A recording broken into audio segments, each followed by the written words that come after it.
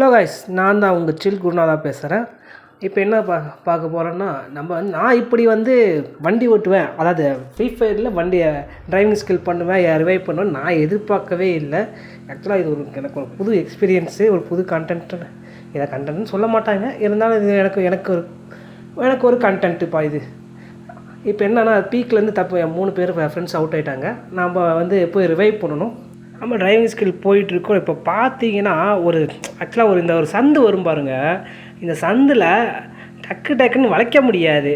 நான் எப்படியாவது ஒரு வளைச்சிட்டு போனோம் இந்த இதுவும் அடுத்த இதுவும் வளைச்சாச்சு.